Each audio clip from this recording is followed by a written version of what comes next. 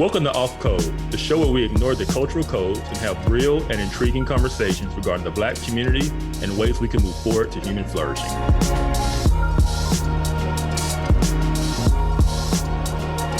Hello, and welcome to another episode of Off Code. I am Monique Dusan. And I am Kevin Briggins. If you're joining us for the first time or you're a recurring visitor, you haven't liked or subscribed to our channel, please do so because it helps us out and it helps other people find our channel and our content. So if you could do that, that would be great. With that said, we have a special guest today. We have family. It's not even a guest. I shouldn't even say guest. Right. We have family in the house today. Yes. We already been talking about back bangs. You know when your hair start way back here and then you got long hair, it's like the back bangs. Yep. And the black girl pat. Yes. Yeah, the anti-scratch. Yeah. Yes, because you can't be scratching your head. Yeah, not for that perm. Rip it out from the root. Oh, yeah. Burn So your scalp off. Yeah, so joining us today is April Chapman from the Standard of Truth podcast. And so she is going to join us to talk about something that's very important in all communities, but particularly in the Black community, and that's entrepreneurship. And April, along with being, the host of a popular podcast, she's also an entrepreneur. So we wanted to bring her on to have this conversation so we can kind of get some good information out there and kind of also dispel some of the myths that are out there around entrepreneurship. So awesome. Welcome, Sister Chapman. How are you guys? Thank you so much for having me. I'm glad to be here. Well, we are glad to have you. I was just on your podcast. So I was like, yes. Now, low-key, I was upset because me and Kevin had been talking about having you on, but then you reached out first. And I was like, man. Yep. But we are glad to have you. And then April and I recently met in person. Right. So we took a selfie. We did. That was so cool. I'm so glad you were able to make it, even if it was just a short amount of time. So now we just got to get Monique to the East Coast for a little bit. I'll come to Alabama. I'll do what I have to do so we all could just break bread and just have merriment in the Lord together. You know what? I'm trying to get down with it, but my spirit ain't right because y'all had like merriment time and then you posted about it on Facebook and tagged me in it. Oh, I did. He did that. I felt some kind of way in my spirit. I was trying to guard your heart. I didn't know he was going to do that. And then he told me about it, that he was going to like pretty much rub it in. And I had your back, sis. My spirit man was bothered. It was cool. We had some good food too. We did. See. That's how we do it in the South or in the South. The South with an F. Yes. Yeah. I was just out here on the West Coast with our high gas prices, living my best life. Yeah, and avocado we pray toast. For you. Yeah. We stretch out our hands from afar, but we don't want. That's agree. A burden I'm not trying to bear alongside you. Oh, I know. Touch and do white people touch and agree? I don't know. Think so. I don't think so. Do y'all touch and agree? Well, representing all white people. Chris is representing all white people. Yeah, she said no, they don't touch and agree. But y'all touch and agree. We know the proper way of prayer. Yeah, absolutely. Okay, we'll touch and agree in the name. Let him do it. Yes. Okay. Now, see, if you are not part of the culture, there's a lot that has just happened, and that's okay. Just continue to stay with us. I'm sure these things will be explained. Yeah. It'll all work out. Also, I just want people to know they just got a taste of what happens off camera before we start recording. I wish we could record the conversations before we start recording and when we're done recording, because that's the best content. And I just hate people don't get to see it. Well, Chris started this recording a little early. Maybe we'll add it on at the end. Maybe so. All right. Maybe. Talking about bet your weave. Yeah. All right. Yes. Because you know. Now, talk about entrepreneurship. Why is it that we know about pat your weave, pat your head, all the perm, like all this stuff, but the Black hair industry is like a multi-billion-dollar industry per year, and it goes to a community that is not Black? Here's what I'm going to say about this. My husband and I, we have been small business owners and entrepreneurs. We actually celebrated 10 years of being in business this past May. And what we realized this early on, call it God's providence, call it a red pill moment. What we realized is that the moment we moved away from just wanting to be, a Black owned business, or wanting to be, Black entrepreneurs, or embracing Black entrepreneurship, once we abandoned that colorized language and was saying, no, we have a product and a way to get paid. We just want to start a business. And we want to start a business that's going to serve the community that we're in. And we just want to provide a legacy and create income for our family. Once we abandoned, and I'm not trying to offend your guests or your subscribers, but you know me, Monique. So I'm gonna just, I have to keep it 100. Once we abandoned that entire pro-blackity black agenda and languaging, and recognized that we were in the freest country on the planet, and that there were just so many opportunities afforded to us, and that we had the right to pursue that opportunity on the basis of our own merit and hard work. Once we abandoned the sub agenda of focusing on the fact that we were Black people and we wanted to be entrepreneurs and start a business, once we abandoned that, things changed for us, and we were able to actually put our minds towards something and create a business that we could be proud of, just on the basis of the fact that it was just a good business idea, and it was filling a void and a need in the market. And we didn't have to submit ourselves to, like, well, we're a Black owned business, and we a female owned business, and I'm a short person owned business. Like, we didn't have to get into any of those intersectionality type of conversations. And that's the biggest hindrance that I see for those of us that are melanated, that desire to be small business owners. Our sights are too small, our visions are too small, and we purposely segregate ourselves, and we adopt this Marxist languaging, thinking that that's going to get us ahead, and all it does is hold you back. Did that make sense? Yes. So I'm going to tie it into what I was saying about the, multi-billion-dollar industry in the hair care, and what you're saying about being a Black owned business. What I hear you saying is that, and I want to say it's Koreans that run the Black hair care industry.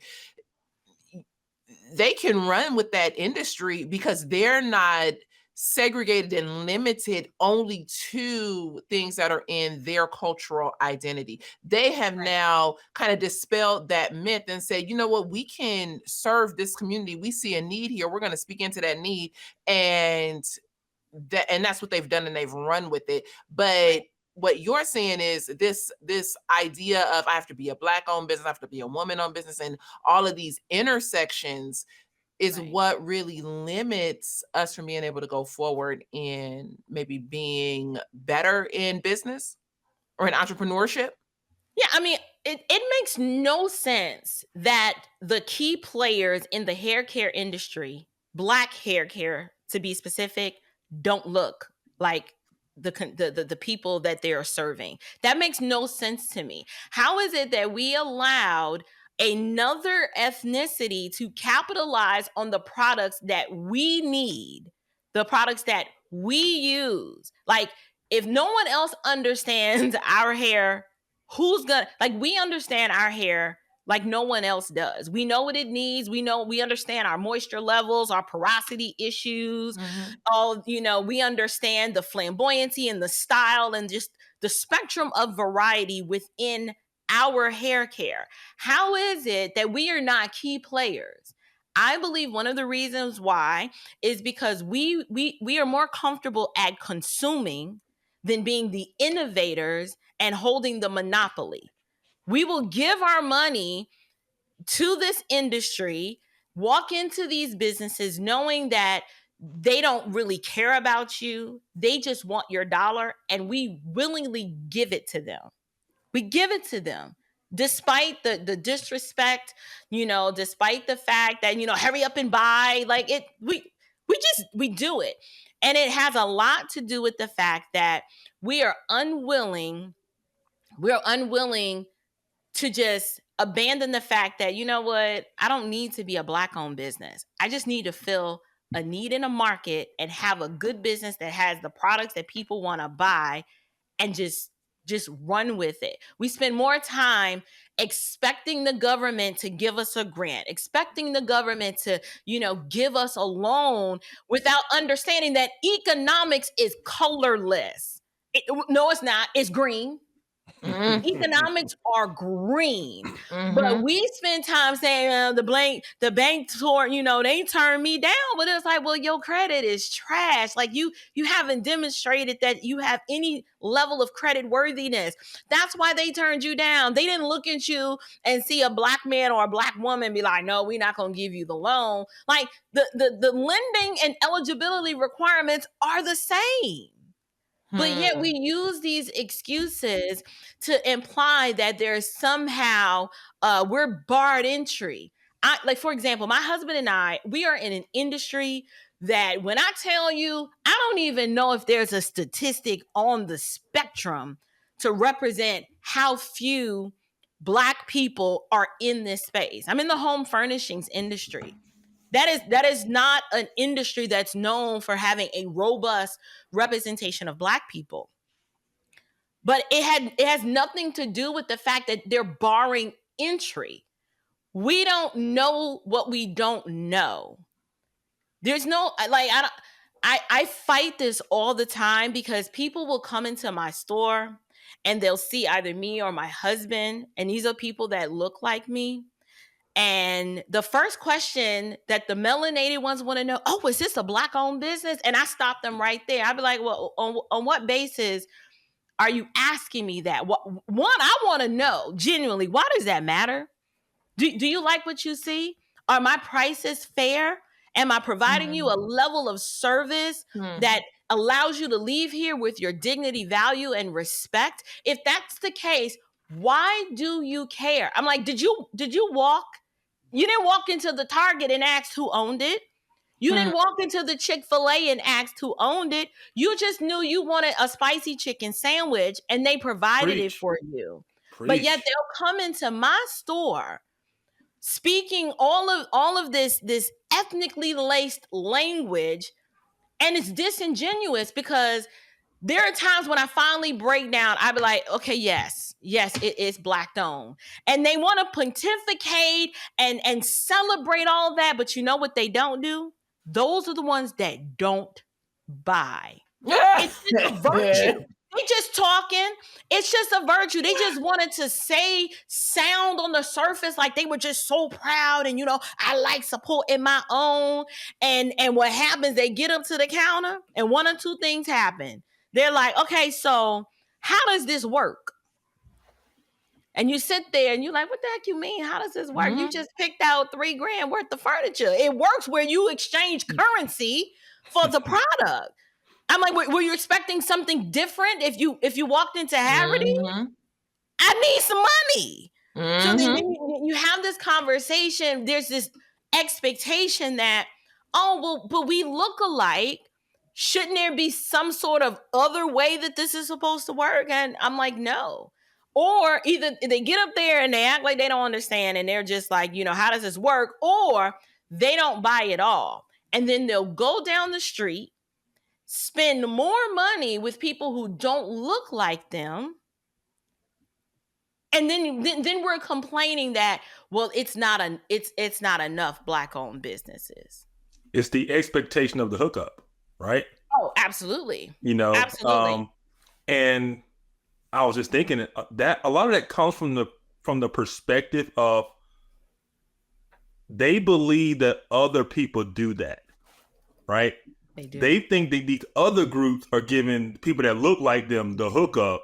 Therefore, you need to give me the hookup since we look alike, because that's what we do is Black on, like black, right?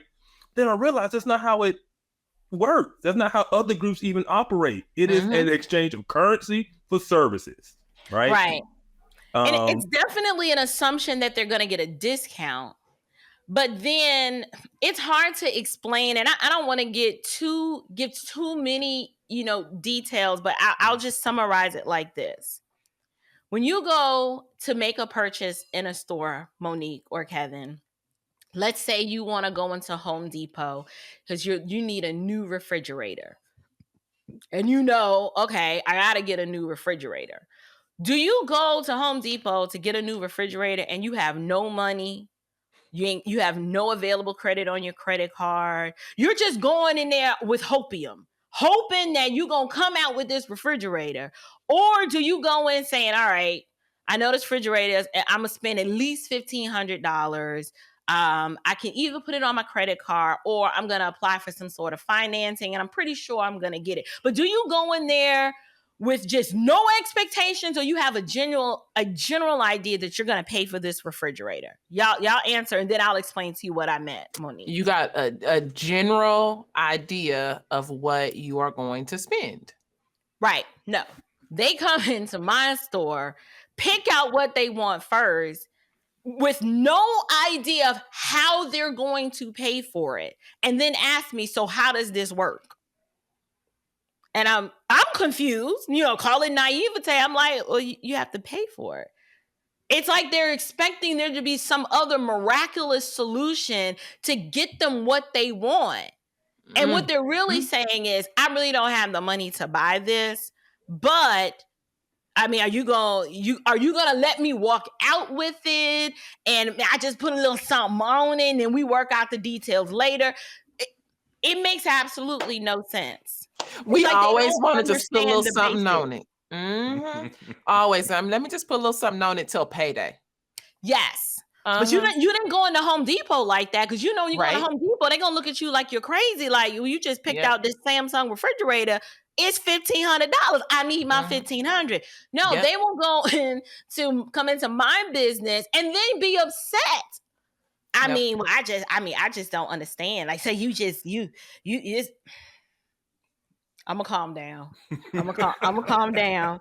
The overarching point I'm trying to make is that basic economics, or just understanding the way the world works, commerce, for whatever reason, we play the victim as if there's this system that is actively keeping us and barring us entry into participating in the marketplace. And that is not true. It's not true. The reason why we're not getting the financing and the lending that we think we deserve is because we don't demonstrate credit worthiness. I don't know if it's just no one has taught us how to do it, or we're not doing our own research to be like, oh, okay, so to qualify for this, I got to have this, this, and this. Well, let me start making my way and preparing myself to do that, so that when the loan package is presented, they're like, oh, absolutely approved. So let me hit on a couple things, because girl, you giving us a lot all in one. I'm like, my goodness, my head wrap on too tight for this.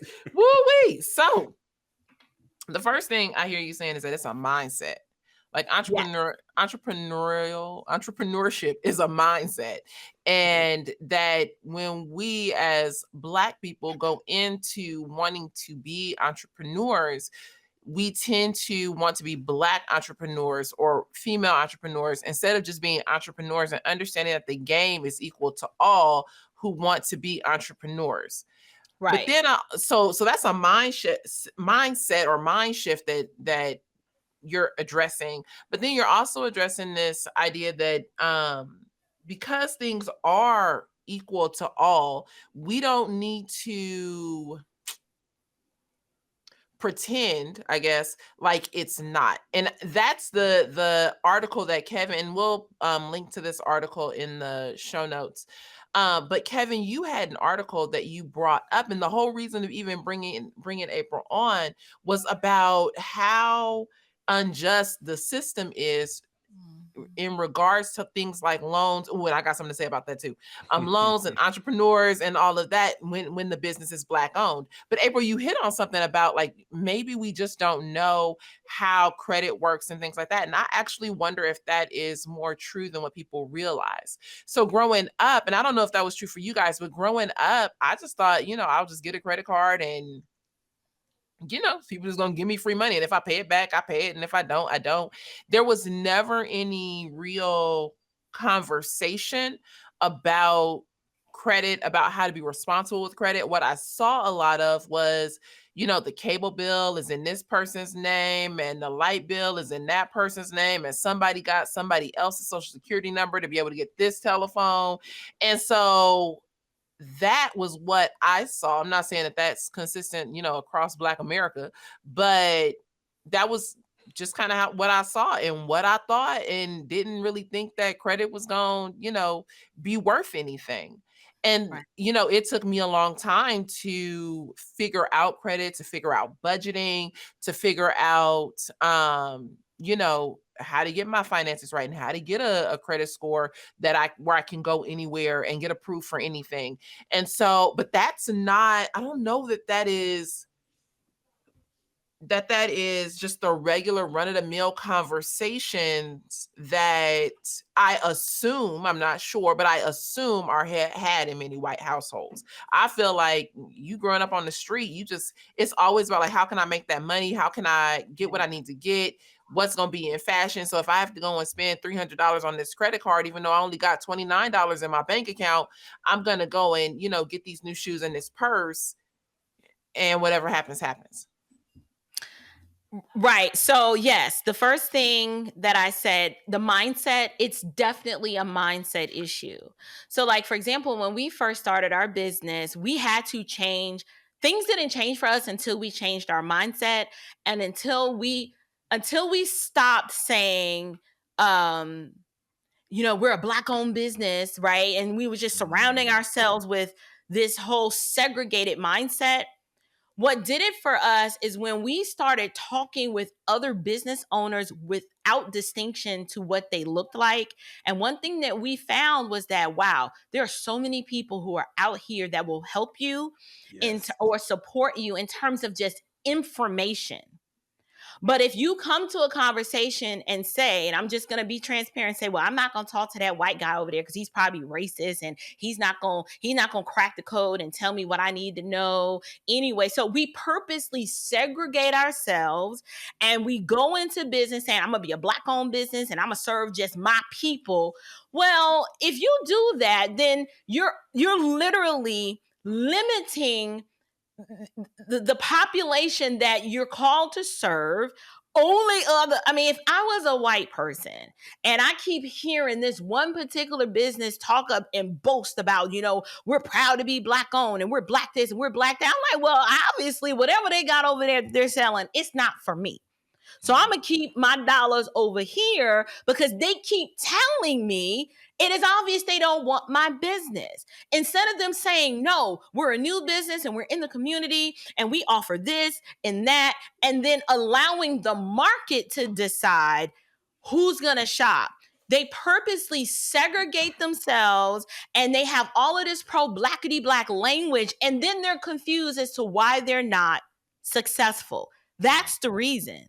I saw one of the statistics in the article that you sent that said for female, 61% of Black women self-fund their startups. But when it comes to earning revenue, Black female business owners earn $24,000 annually, which is about 6 times less than white women-owned businesses. Well, could it be the types of businesses you're starting are purposely excluding other people, and the products that you're offering is so limited that there's only this small segment of people who want to buy it? Like, if you sell great cupcakes, why do we need to know that they Black owned cupcakes? They're just good cupcakes.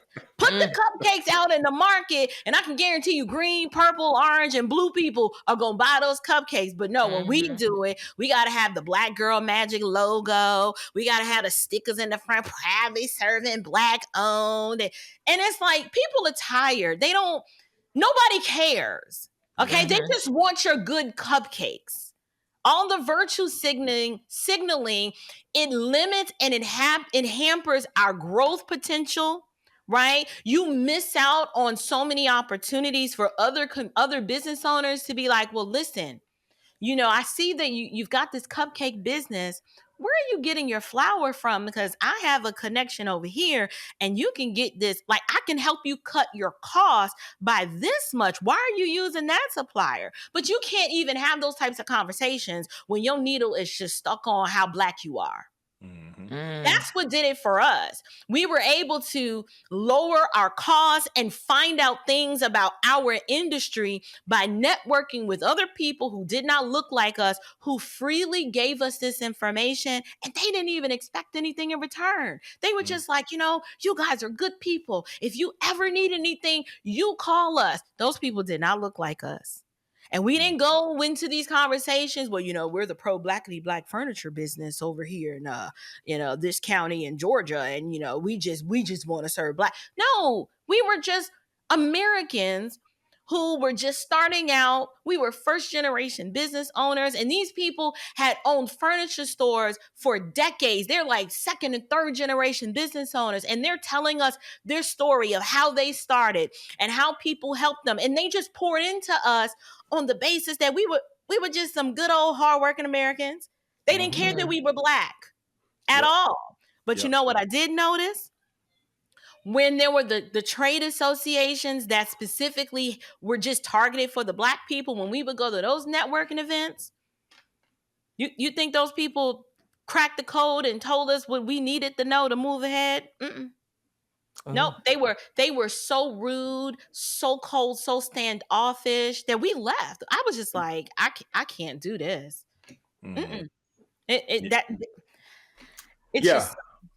I'll say the same thing. So I'm in real estate as my side hustle, my small business is real estate. And my experience has been the same thing, is no one cared that I was Black, right? It has been the most welcoming thing where people come in and share experience and knowledge with you. And they just don't care that you're Black, and they'll help you out. I mean, since I stepped foot in this industry, I have been just giving so many opportunities of people who just want to help. Like you said, didn't expect anything in return. Which is like, look, hey, I'm gonna come down. You know what we're gonna do? We're gonna go to the bank together. We're gonna work this out. We're gonna get or hey, this is what you do. Just giving knowledge of how to get started and how to get going. And no one cared that I was Black, right? And so never even came up in the conversation. No, never even came up. It was just, oh yeah, let me show you. Let me tell you this, and let me tell you that. Where are you operating? Or maybe we can do business together. That type of stuff. And so yeah, I completely second what you're saying about the experience of when you just approach it openly. People are typically very receptive to just kind of wanting to help you out and share their knowledge and experience with you. With that said, though, I do want to kind of pick your brain as to how you got started. Because I know growing up, so we talked about the hair industry. A lot of the businesses in the predominantly Black community, in the urban communities, typically are not Black owned. They're typically Korean, Pakistani, Indian, whether it's the hair store, the beauty supply store, whether it's the gas station, they come in as immigrants and they start these businesses. And it used to blow my mind. I was like, how do they do this? So how did you get started? How did you say, you know what, I want to be an entrepreneur and these are the steps I'm going to take? How did you get started? Well, I've had like an entrepreneurial spirit since kindergarten. I started my first business when I was 5 with my best friend. I know y'all like really, I promise you, we have the documented evidence. We started a Cabbage Patch daycare center in kindergarten, and we charged other kindergartners. You brought your Cabbage Patch to school and you paid us a fee to babysit your inanimate non-human dolls. And we were making a killing. These little 5-year-old kindergartners were, I mean, we took it to, we were meeting a demand because the Cabbage Patches in 1985, Cabbage Patches were like really big now, and kids were bringing them to school. We had a daycare center. We had a little photography studio set up where if you wanted class pictures with your Cabbage Patches, and we had different packages, and we were taking pictures with the little Elite Click camera. And the operation was it was phenomenal for 5. I mean, we were 5 and we were getting it. So I've always knew that I was going to be an entrepreneur. And when I met my husband, we decided we didn't start out in the home furnishing industry. We actually started out on the logistics side. One day we were driving on 285 here in Atlanta, and my husband, we were driving behind this vehicle that had a mattress strapped to the top of the car. You've seen it. Somebody, they don't want to pay for delivery, and they trying to go at it their own with the mattress on top, and they just holding up traffic. And my husband was like, there had to have been someone they could have called to take care of that. And I responded and I said, well, I know like you can call 1-800-GOT-JUNK, but I think that's for junk. Like there's no one go-to service that you can call to, like, if you need something to get picked up, that they'll pick it up for you and kind of bring it out to you. And my husband was like, you know what? That sounds like a business. I was like, what do you mean? He said, think about it. If you have junk, you just said you can call 1-800-GOT-JUNK, and you know that this company, a branded company, is going to come out and pick up your junk for a fee. He said, but what if it's not junk? What if you buy something from like Home Depot or Lowe's or Big Lots, and you're a single woman, or you just don't have a truck? Now, I know, contrary to popular belief, everybody thinks everybody in the South has a truck. They pretty much do, but we have a lot of transients who that's not a part of the culture for everybody to own a pickup truck.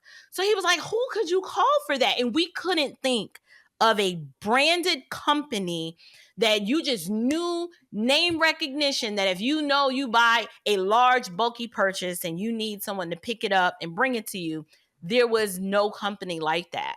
So we went home and he sketched out, we were thinking about different names. We were like, pick it up fast, pick it up quick. And then we were like, pick it up express. We started a logistics company called Pick It Up Express. I built the website. This was before college hunks hauling junk.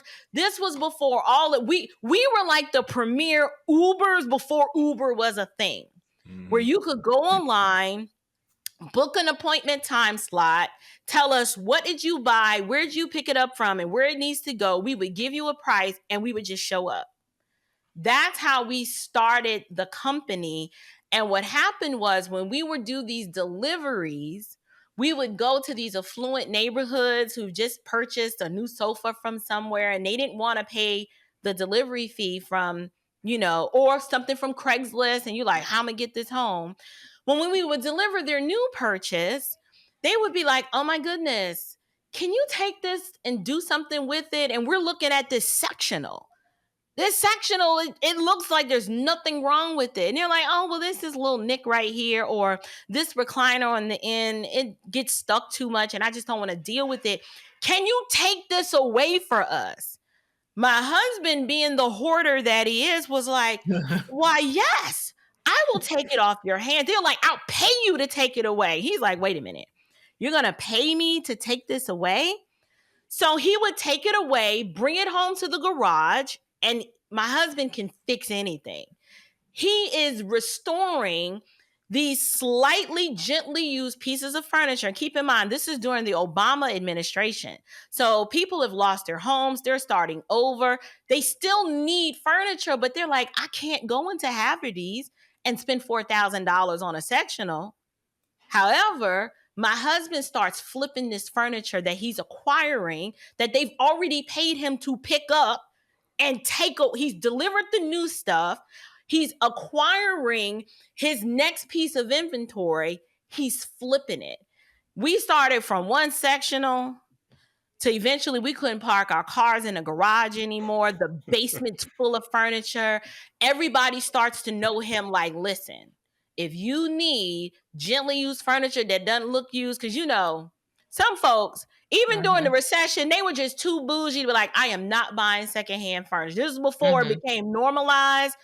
We allowed you to still be able to start afresh. You just coming out of foreclosure, but you could come to us and furnish your whole house for a fraction of the price, and nobody knew that your stuff was pre-owned. That's how we got into the furniture industry.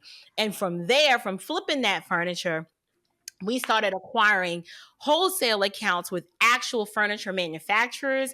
And then we migrated from the used stuff to the pre-manufactured stuff and moved from the garage to a little warehouse, and a little warehouse, we moved into a bigger warehouse. And then from the warehouse, we were like, we need to go full-fledged retail. That's how we started. We just filled a need in the market.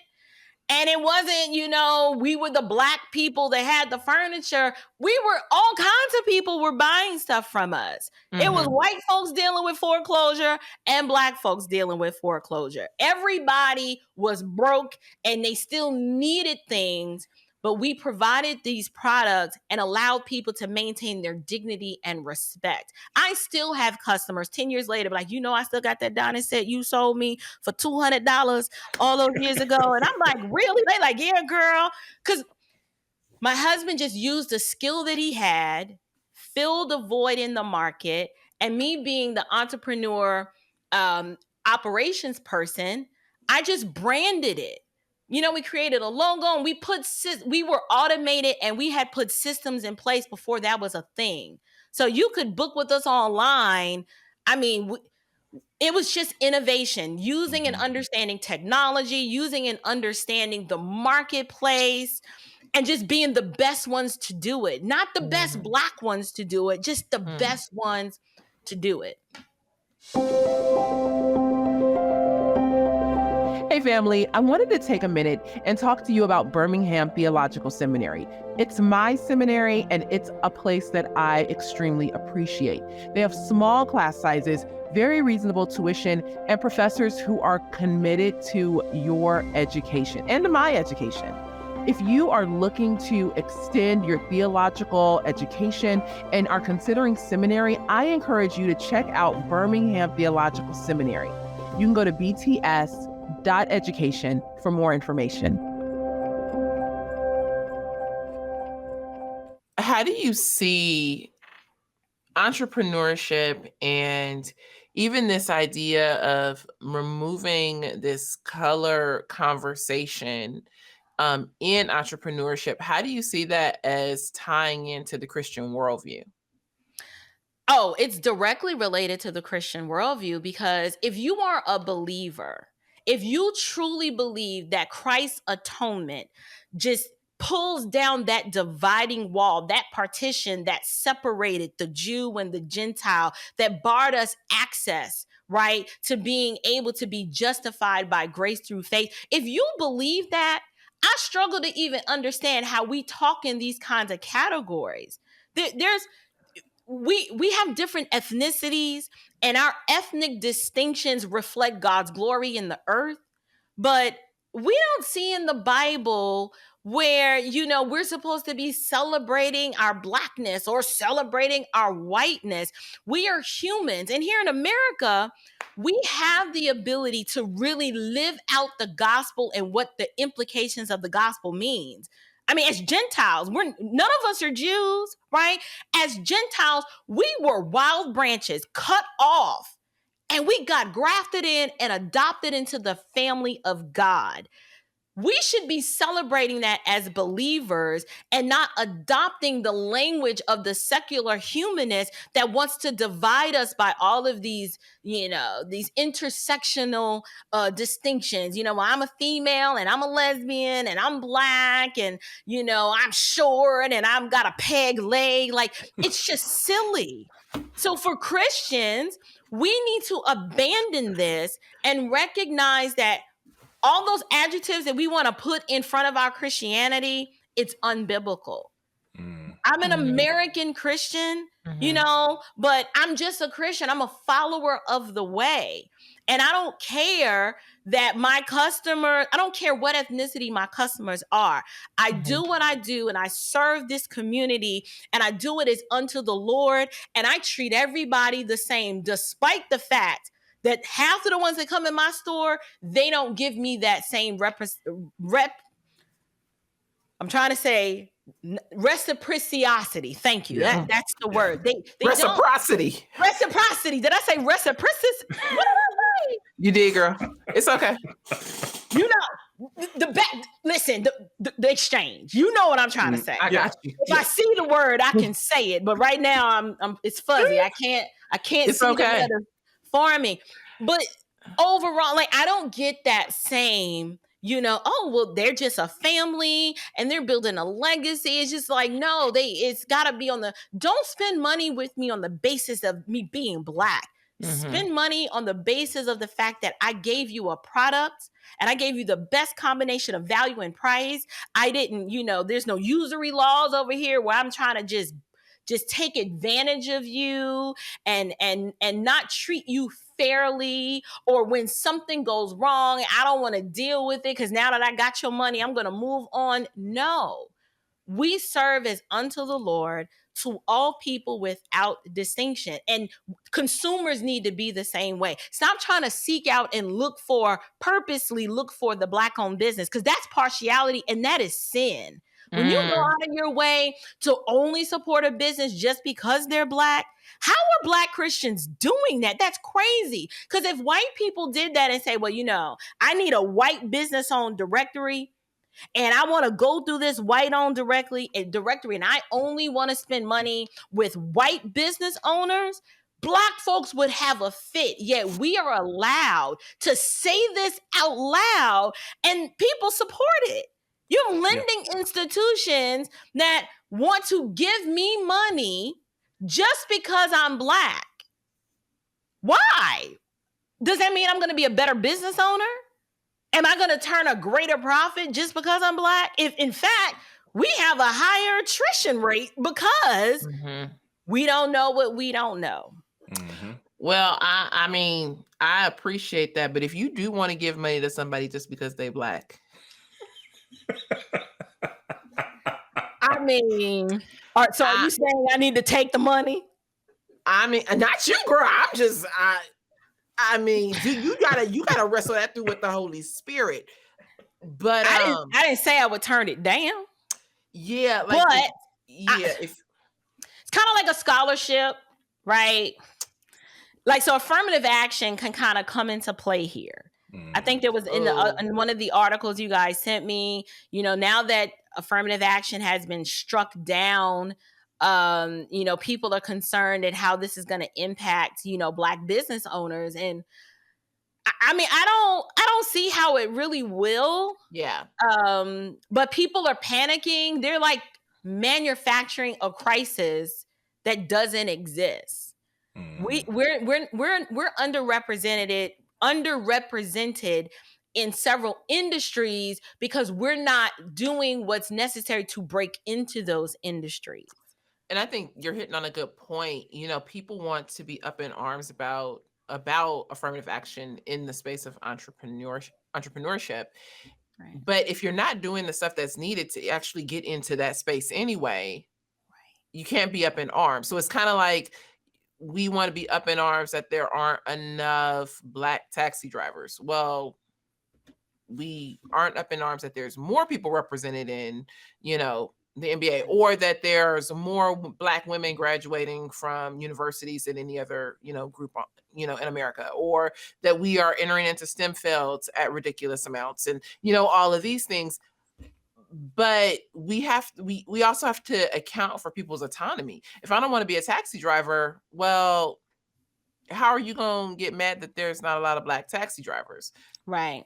Now, some of the arguments that they'll make is, I'm from New York City, that there aren't enough Black taxi drivers. That's an economic thing, not an ethnic thing.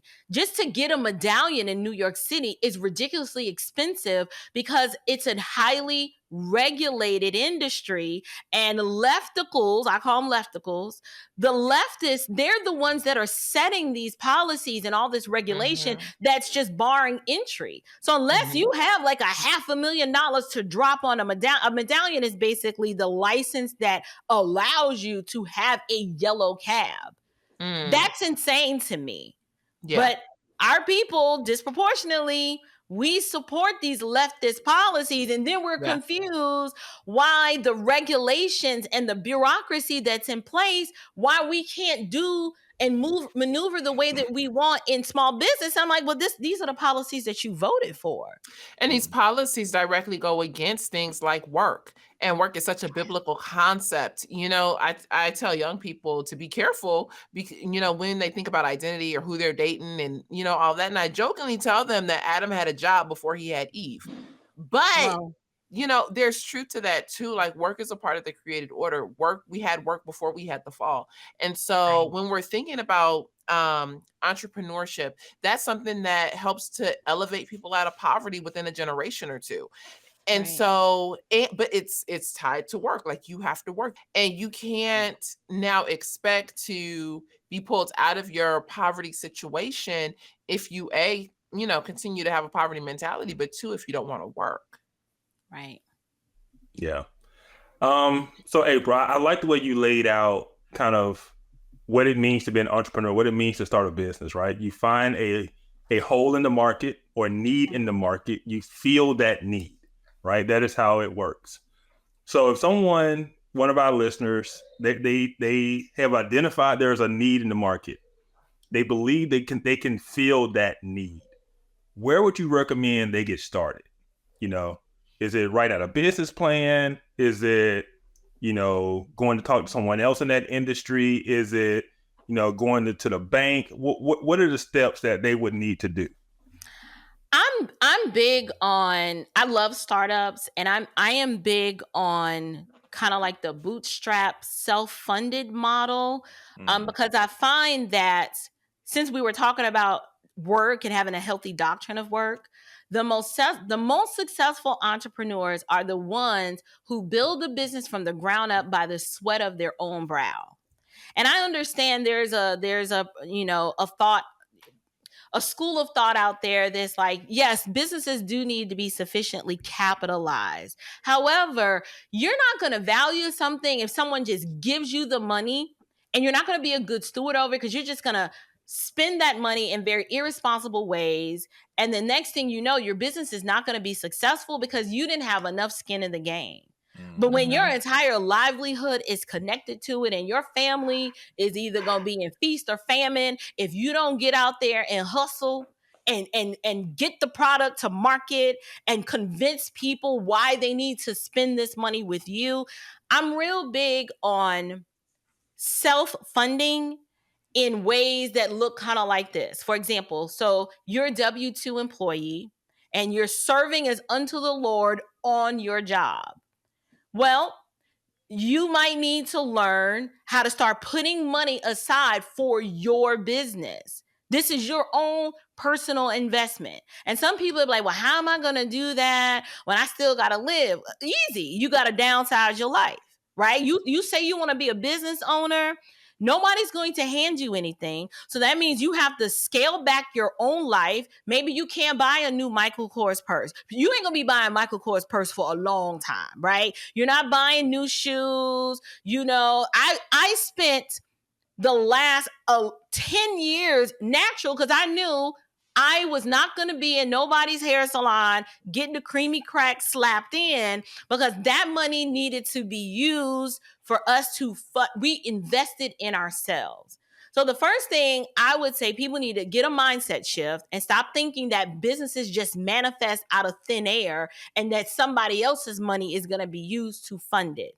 No, you need to use your own money. You need to use your own time and sweat equity. And the reason why I say sweat equity is because the process of entrepreneurship is not for everybody. Why? Because it's unpredictable. And a lot of people do not have the mental fortitude to go through those seasons of hard. Like those first 5 years where you're just like, this is really hard. They don't have the mental fortitude to go through those seasons of hard. So in order to prepare yourself for the seasons of hard, when you have skin in the game, when you like, no, I personally put in 10,000, 20,000, 100,000 of my own money, you will do what you have to do to make it work. But when somebody just comes along and just gives you the money, you're going to be spending it all willy-nilly and crazy. Next thing you know, you're going to be shut down in 24 months. So the first thing I would do is start with a mindset shift, downsize your life. And then, yes, a business plan is very important, but I'm one of those, I'm not going to overcomplicate it, right? A simple business plan just basically outlines, this is my idea. This is what I want to do. This is the money that I'm going to use. Like, how much is it going to cost to do the basics? And I would also say, start learning how to build business credit very, very early. This is the information age. There's just too much information out there. People are unwilling. I have people who want to start a business and they come to me for help, and I can't even get them to read one book. I'll say, get this book, and this book. And then when you check in a couple of months, oh, did you ever read that book? They never read the book. They never listened to, the seminar that I sent them. They are unwilling to do just like the basics. And at that point, I just be like, see, you're not ready. You're not ready. What people want, they say they want to be an entrepreneur because they saw somebody's life on Instagram, right? They saw somebody's life on Instagram and they think there's all this freedom and independence. And I'll be in, Dubai on the weekends and the business is just making money on the back end. Listen. That is not how it works. You will work harder for yourself than you've ever worked for anybody else, right? Like business office hours, listen, all my children know is that we work. They have a healthy doctrine of work because we're always working and we're doing this work as unto the Lord. Yes, we have boundaries and, family time. And there's time when my husband's like, we not working today. But I just think it starts with a mindset shift, and that begins while you are still working as unto the Lord for someone else. Because the type of employee that you are is a huge indicator as to the type of small business owner you will be. If you are lazy and you cut corners and you slacken for your boss, you will do the same thing working for yourself. Now, people say that they won't, but they will, because the discipline required to work for yourself, you're not going to have someone saying, hey, there's this deadline you got to meet. They're not going to email you and say, hey, what happened to, such and such. You're that person. And so if you're unable to hold yourself accountable and be disciplined, it's just not going to happen. This is one reason why so many businesses fail. So I don't know if I answered the question and gave you tangible things that they should do. Yes, you should start with a business plan, but you need to learn how to live very conservatively while you're in that build-up phase and growth phase, and try to do it with as little debt as possible. Just with as little debt as possible. Yeah, I'm glad you gave that answer. I feel vindicated because the person who sent me that article is a progressive, right? And he got mad because my response was, because the article is about Black female entrepreneurs, right? Right. And discrimination and loans and stuff like that. And my response was, if Black women can get, buy designer clothes and designer shoes and get designer purses and go on girls trips, they can start businesses. Sure can. And that person got mad that I said that. His response was, that's a trash answer. And he said I was trying to shame Black women for going out. It's like, no, I'm just saying there are choices. What you do with your money has choices and it has consequences. Because many of them same ones. If we're spending so much money being consumers with name brand stuff, oh yeah, and luxury cars, don't get me started on the Mercedes and the Lexus and all that stuff. But now you're going to tell me you can't afford to start a business? No, it's about choices. So I'm Y'all glad know you gave that answer. we be having many of them same things, them luxury cars, luxury purses, but the lights be off. So Listen, you the might not be able priorities to. are so out of order. They claim that they like, I'll have people inbox me or message me like, where can I go for some grants to start a business? Sometimes I ain't gonna lie, sometimes I'm petty and I'll just ignore it because I'm like, see, I can't have this conversation with you because you're starting off on the wrong foot. I was like, what makes you think this is all these grants out here that they're just going to give you a grant to start your business? And I'm like, the first grant is the grant that you grant yourself the permission to stop spending the way you spend and downsize. Like, we downsized to one vehicle. Okay. Like, one vehicle. We are a family of 6. Robert got one. I got a 2-for-1 special when I got pregnant in 2011, and I had a set of twins. And so we couldn't fit 4 car seats in a Camry. So we had to get a big SUV. So Robert got rid of his truck. I got rid of my Camry. We got that one SUV. And we lived off of that one car. There were no family vacations. We stopped going out to eat.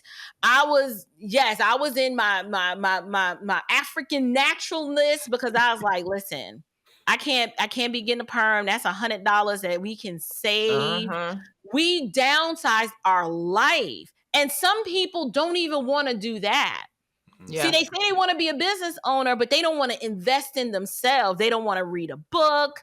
They don't want to do anything other than just manifest the business. And I'm like, well, good luck with that, because that's not how it works at all.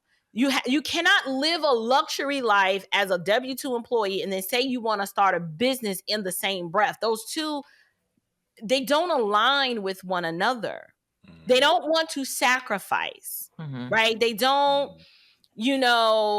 just basic things. Yes, we bought clothes for our children, but we just learned to make do on less because we knew we had to keep our personal expenses low while the business was cash flowing, so that we could continue to reinvest back into the business. Yep. And, we ain't start living La Vida Loca till at least year, 2017? So we started in 2013, 2017 was a hard year. Maybe it was 2018. I can't remember. I mean, we rewarded ourselves for our efforts, but we raised our children as small business owners, and that's all that my children know. But I believe that they learned the value of hard work. They learned the value of sacrifice and delayed gratification. So many of us, we want it right now. Like, if you tell someone, okay, you want to be a business owner, well, what happens if you don't make a profit until year 6? Are you still want to be one? Most people be like, nah, I'm good. I don't want to do that. Yeah. They won't invest. They will not invest in themselves, a new tool, a product, I just laugh. I'm like, you're not ready. You're not ready. You don't even want to pay for a Canva subscription. Like, girl, go and sit down somewhere. So I have a question. When you think about like welfare and the whole system of welfare overall, and how it actually, in my personal opinion, and I think statistically, keeps people in poverty. And when we look at entrepreneurship and how entrepreneurship can actually elevate people out of poverty, do you think that like entrepreneurship should be incentivized? Where I feel like welfare is an incentivized program. Like there are some pretty good incentives to stay on welfare. I know people gonna say that's not true, and don't nobody want to be poor on welfare. You give me somebody to sit home. Never mind. That's wrong. But I'm wondering if should we, or the government, I don't know, incentivize entrepreneurship? In what way? Like, are they going to incentivize entrepreneurship by offering skills and trades that will give people the tools to possibly turn that into a business? Or are you talking like monetary incentives? Like, well, if you start a business, we'll give you X. Either way. I think that, I think it was under Clinton, they started the welfare to work program. And Right. so, you have this idea that in order to stay on welfare or be on it for like the full, I think it's 2 years, or longer in some places, that you need to be like actively looking for a job and, all of those things. But, I'm wondering if the United States, or if there were programs that incentivized that aspect, that actually teaches them how to like learn a skill that will teach you budgeting so that you can create your business plan, and how do you learn this trade so that you can get into this market specifically, if that's something that we should incentivize, or if that's something that you just need to have the grit and the hunger to do it, and that's going to be your best teacher. I think those things kind of already exist in the private sector, Okay. in the sense that I know lots of nonprofits that teach people, how to do a budget, how to do a marketing plan. I don't like, the more that the government is involved in something, that means the more regulation is going to come with it. Right. And I don't like government interference. I don't like government intervention. I need the government to get the heck out of my way. Like, it's Yes. just locally in so many different municipalities, just to get a business license, what they make you go through. It's like, y'all don't really want us to thrive as small business owners. They constantly are putting, now those are legitimate roadblocks that the government puts in your way. Like, if you ever seen these business license applications, it is enough to intimidate a person. I remember our first time just trying to navigate, and they don't tell you when you go to the county to apply for a business license and they give you the packet, they don't walk you through how to fill this thing out, how to answer these questions. They just hand it to you. And then if you fill it out wrong, they'll just be like, they reject it. They don't say, okay, they don't even give you a template for what it's supposed to look like. It can take you months just going through the building permit process and the inspection process. And then the fire chief got to get involved. And then the planning and inspection committee. It is ridiculous. And I think they do that. They claim that, no, well, we're just doing it, so everybody can stay safe. And I'm like, but why is it so hard? And I'm like, fine, if this is your process, is there a class that I can take to learn how to do this? There's no class. There's no seminar. There's no training. You're just expected to figure it out. And what helped me, when I opened my second furniture store, we ended up closing it down post-pandemic. But my second furniture store, there was a white business owner next door who, when he found out when we were trying to lease that space, he said, listen, they put me through the ringer. I don't want you to have to go through that. This is what you need to do. When you fill this out, you need to do this, this, and this. And then you give your application to this person. And then you call this person to do your inspection. And then you call this. Like, he laid out the whole roadmap. He said it took him 9 months to get his business license. When we took his advice, it took us less than 30 days. Wow. That man did not have to tell us that. But he was so grieved and so upset that what they put him through. He said, if I can help another person avoid that foolishness. And he didn't look at us be like, well, they're Black, so, they got to go through the process like me and pay their dues. It was nothing like that. We are so grateful for his favor and the grace that he extended to us, because he shortened that process. I mean, this man was paying rent on a leased space for 9 months before he could even put the key in the door and make his first $1. It took us 30 days.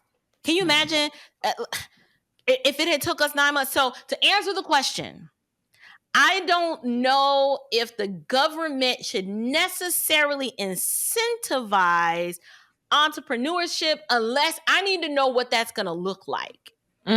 Nothing's free. Is it free money? You know how that works, right?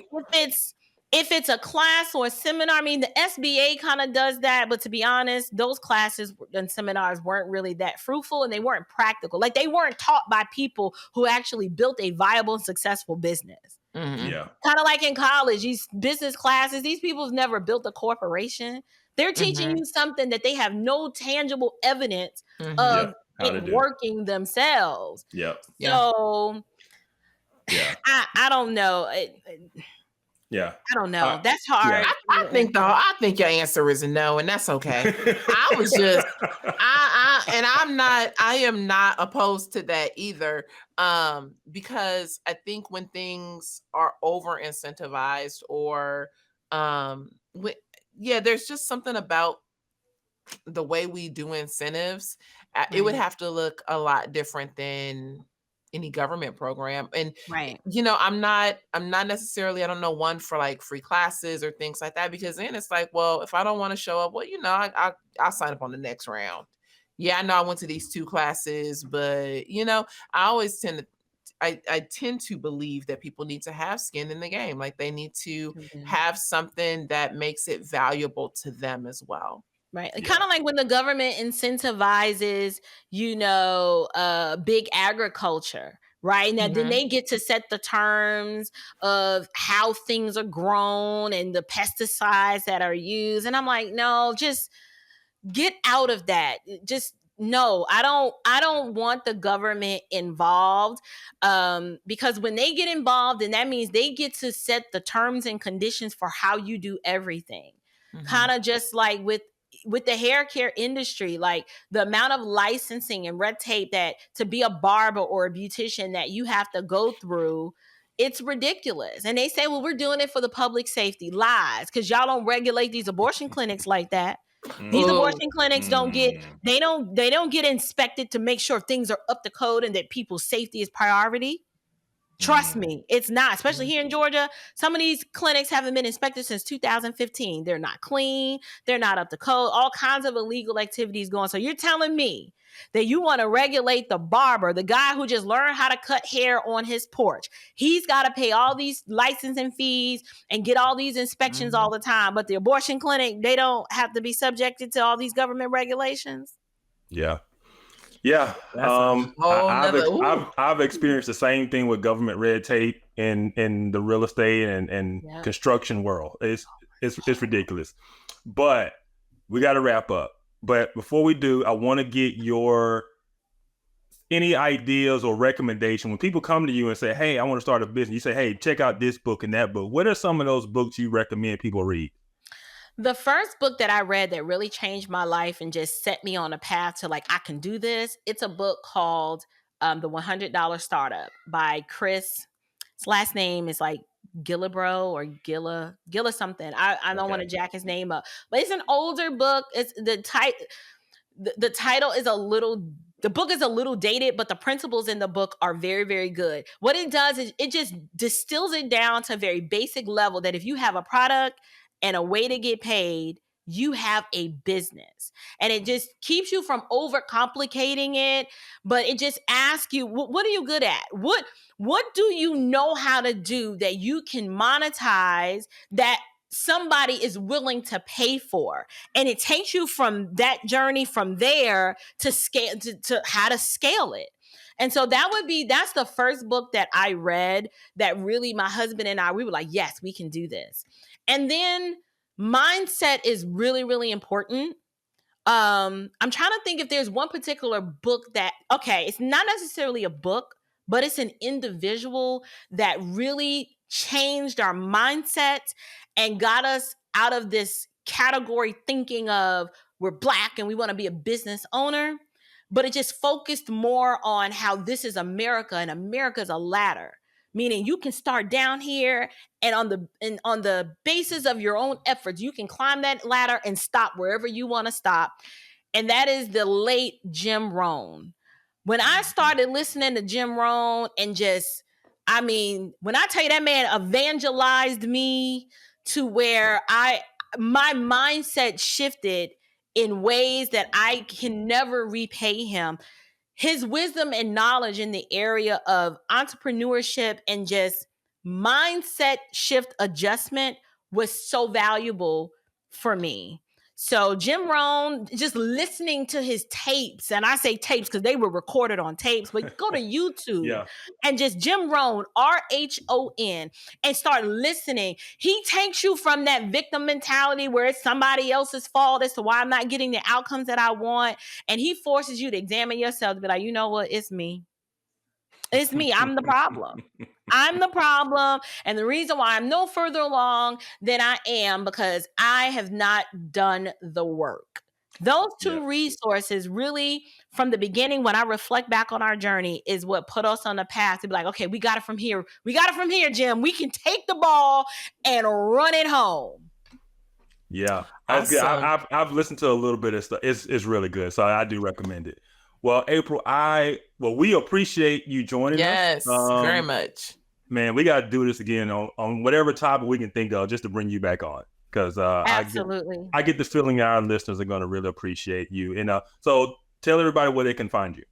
You guys can find me right on YouTube. The name of my channel is The Standard of Truth Podcast on YouTube.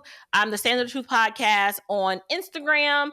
I am Standard STD of Truth on Twitter and a little bit on TikTok as well, or my website, thestandardofTruthPodcast.com. Thank you guys so much for having me.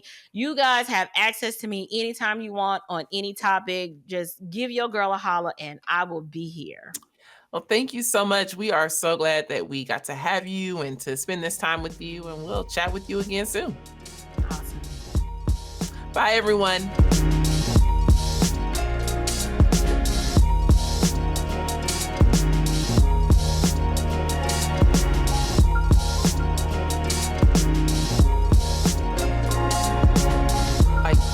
Like the skin on a sausage. It's just like holding my stuff. Don't